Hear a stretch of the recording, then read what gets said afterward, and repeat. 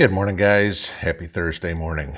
So, wanted to talk about something today that was suggested by one of you guys. And I thought it was a really good thing because, ironically, it's something that I'm going through, just coming out of, in another aspect of my life. Okay.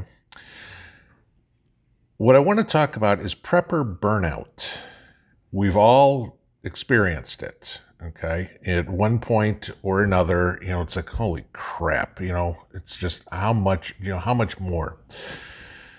I spent my day today canning up another 7 quarts of chili this time. I still have more tomatoes and peppers and onions and everything that I needed to do something with. I'm like, holy crap, what else can I make? I've got more salsa than I know what to do with. It's like, oh, I make good chili. So got out some beans and made some chili and everything like that. It was kind of just a break. It's like, okay, let me go in there and slice up some vegetables, work in my garden, do whatever. It's important to do stuff like that. See, there's many symptoms of burnout that you wind up getting, and this is not just for prepping, but in all aspects of your life. You go through fatigue. I mean, are you tired all the time? You're worn out. Anxiety. Oh my God, what am I going to do next? The procrastination. It's like, crap, I got to go to the store and get more stuff, whatever. Just an absolute loss of motivation or boredom or just feeling like there's no point in doing it anymore. Okay. We've all felt at one time some, if not all of these emotions in regards to prepping. So what I wanted to talk to today is kind of ways to avoid prepper burnout. Okay. And if you start to recognize the symptoms that I just mentioned, there's many things that you can do to either stop it or keep it from getting worse, okay? Because getting worse means you quit prepping and then you're no different than the sheep out there, all right? So first of all, you got to be realistic. And I tell this to anybody who's new in prepping, okay? The most important thing you can do is stay realistic about your prepping. As much as we try to prepare for everything, there's just some things that are out of reach, okay? Most of us can't build a nuclear fallout shelter, for example, okay? Don't stress over what you can't do. Concentrate on what you can. I know you watch all these channels and it's like, oh, you need to get solar this, or you need to, you need to buy, all these different weapons, and you're going cha-ching, cha-ching, cha-ching. It's like, okay, where the hell is all this money coming from? Okay. Focus on what you can do, all right? Trying to prepare for every disaster is going to lead to burnout. All right? Be realistic about the amount and the quality of the preparations that are realistic for your budget, for your skill level, and for your situation. Okay. Again, you've heard me say this a million times. We're all different. Where I live out in the country is different than somebody who lives in downtown Chicago in a high-rise apartment building. Do I want that person to prep? Yes, absolutely. Is it going to be done the same way as me? Hell no. Okay. Think about this, all right?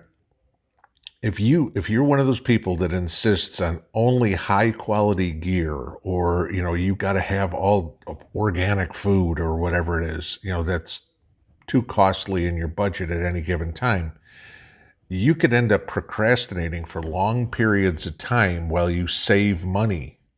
And if something happens before you get that perfect item, now you have nothing. Oh my God, I have to own the K-bar knife. It's $100 or whatever it is, okay? Fine, get yourself a $10 pocket knife in the meantime while you're saving, so you've got something, okay? There is no one size fits all. What I have, what you have, what Joe, Mary, Tom, Larry, Mo, Larry, and Curly have, okay, isn't necessarily what you need. Certainly the channels and the articles that say, you must have this or you're gonna die. Okay, it doesn't mean it's true. It just means they're trying to sell you something. Right? Focus on doing what you can to make your individual situation better. And if you want better gear, upgrade it over time. Okay, I know people say, oh, gee, I need a bug out bag. The Walmart backpack suck or whatever it is. Well, I'd rather have the Walmart backpack while I'm waiting to go get my Timberland one or whatever it is. Because if something happens tomorrow and you don't have any bag, you're going to go on trying to bug out like this ain't going to work too well. Okay. And that's just one example. Okay. Second one, stop comparing your preps to everybody else. Okay. Reading information, watching video from other preppers can be very helpful. Okay. Like I've mentioned many other channels that I watch and learn from. I mean, I've kind of joked about talking with Lisa over at Sutton's Days, or I've talked to Danny and Wanda about questions I have on certain things. I mean, there's a lot of knowledge out there, okay? But stop comparing yourself, okay? Seeing the success of others that are prepping can be very inspiring, don't get me wrong, and help you keep you motivated, okay? But everybody who preps has different reasons for prepping and different resources they can draw upon to secure their preps. I'll give you another one. For example, I watch Pastor Joe Fox from Pinball Preparedness. Now, I don't have a mountain and a whole community around me. Does that mean I'm not a good prepper? No, it means my situation's different, okay? So if instead of feeling motivated or inspired by seeing what others have done to prep, if you feel like you're never going to be ready, you really need to stop comparing yourself and comparing your preps to others. Okay, we're all at different points in this journey. Okay. Next one: set incremental goals. All right, and I'll say this: is set small goals often. Think about this, for example: who's more successful on a diet? The person who sets the goal that they're going to lose a pound a week for a year, or the person who sets the goal and says, I'm going to lose 50 pounds. I can guarantee you it's the person who sets the goal of I'm going to lose a pound a week for a year, because at the end of that first week, he goes, look, I lost my pound. Cool, I'm going to do it again. There's something to be said for slow and steady wins the race. Okay? Allowing yourself small wins is a great way to avoid becoming overwhelmed. Too many new preppers jump into prepping full on and try to obtain every piece of gear and all the food and everything that they hear about. It's like, oh my God, I've got to go have this and this and this and this and this and this and, mountain house and solar generators and knives and guns and, all this crap. Okay. And what winds up happening is new preppers wind up going to spend a ton of money on gear and supplies in the first 6 months of prepping.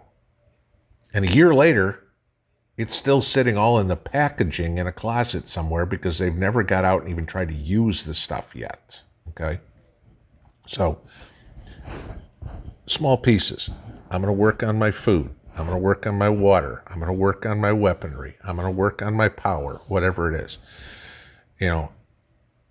I told you guys, this year my goal was to work on my power and on my heat. We're in August. I finally got my power going, and I've got some of my heat taken care of now. That'll be here in the next couple of days. It's middle of August, okay? This was my goal in January to get started, okay? But I knew what I had to do, and I did it in little pieces, okay? So if you set your goal for prepping, such as food for 3 days, then food for a week, then food for a month, then food for 3 months, 6 months, 9 months, a year, whatever it is, you'll find it a lot easier to obtain that goal rather than going, okay, I've got to get out and buy a year's worth of food.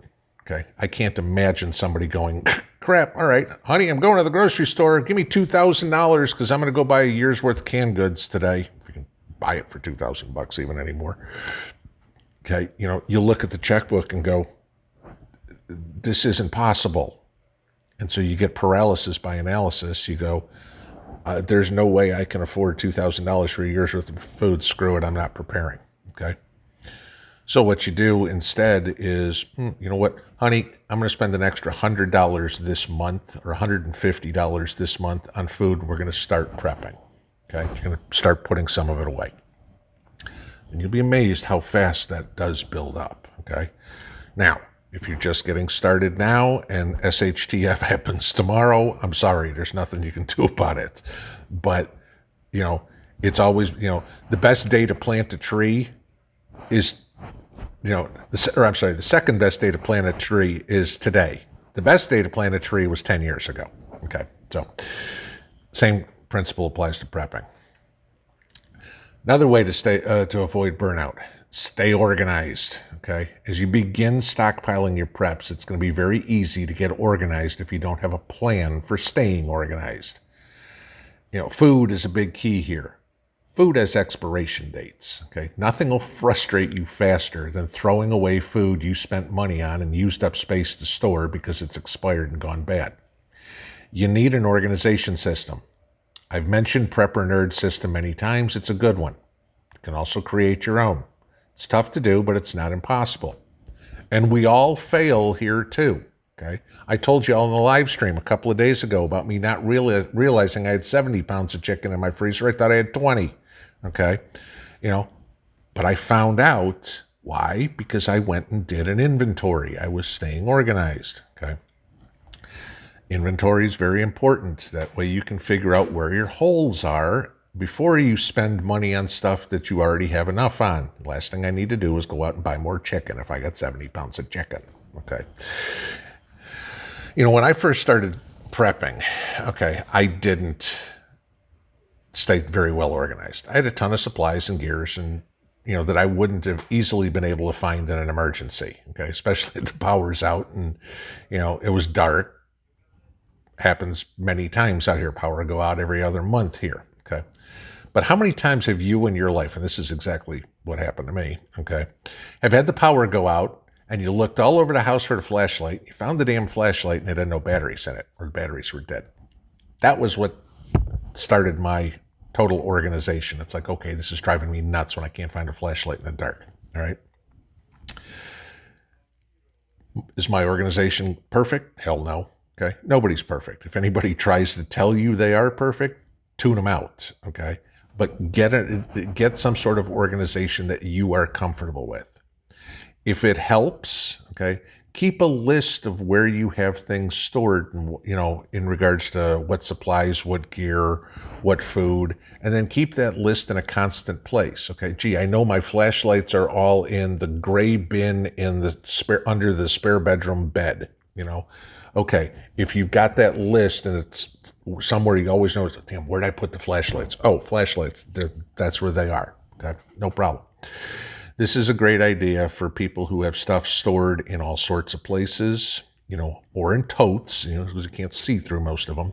Or, like I talked about the other day, getting creative in your storage, behind the couch, under the kitchen sink, whatever it would be. Last thing you want to do is start having to move furniture around in the dark looking for a flashlight. Okay. Another one, alternate your stuff and your skills. Okay. Now, Mrs. P puts this very eloquently. She says, sometimes you have to change the picture. Okay. And you all know it can get very monotonous. Oh, it's Saturday. I've got to go to the store. I've got to go buy more preps or buy more gear or buy whatever, and storing it. Okay. Change the picture. Instead of going to the store and going, okay, I'm going to buy more food, spend the next weekend going, you know what? All right. I'm going to go polish up on some skills. I'm going to go practice with my ferro rod starting a fire. I'm going to go take an EMT course or take a Red Cross course or something like that. Change the picture up a little bit, just so you've got something different to focus your mind on.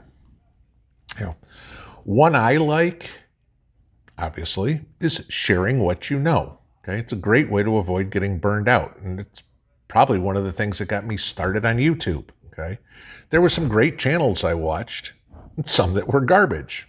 We all know that. Okay, I knew how to do some things, not all of them, but some, better than what I was seeing on YouTube. So I decided, all right, I'm going to start a channel.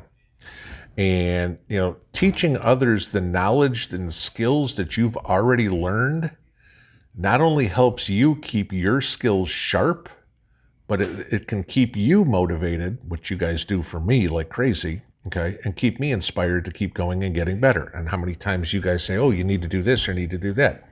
I mean, my information I got from you guys on solar was invaluable, things like that. So, I've always said, if you can teach somebody how to do something, then that means that you're that much closer to mastering that skill, because not only do you know how to do it, but if you can explain it to the point where somebody else can do it, then you really know what you're doing. Okay. Finally, the last way to avoid prepper burnout. Take a break. If you're feeling prepper burnout coming on, take a break for a short time. You see YouTube creators do it all the time. It's like, hey, I'm taking a break for a week. I'm out of here. Got to get away from this. It's a lot of work prepping, okay? You need to spend some time doing it, but not 24/7. Give yourself permission to relax, not think about prepping for a few days or even a week or two. It's important to take short breaks, not super long ones, because if you take a 6-month break, okay, all your food's starting to expire and everything like that, but you'll lose the motivation to get back to it, okay? But take those short breaks to renew your enthusiasm, your passion for doing this, okay? Turn off YouTube. Yes, I'm going to tell you, don't watch, okay? If you're feeling burnout, turn off the channels. Don't watch it. Don't pay attention. We've all turned off the TV. You can turn off YouTube too, okay? Go enjoy the present instead of obsessing over the future, okay? The future is going to eventually come, but the present's gone in a blink of an eye. Live your life while you got it, guys, okay? Prepping's important for sure, but it can't be over-consuming. Otherwise, it will be overwhelming, and you will burn out. Have a good Thursday. Pinball out.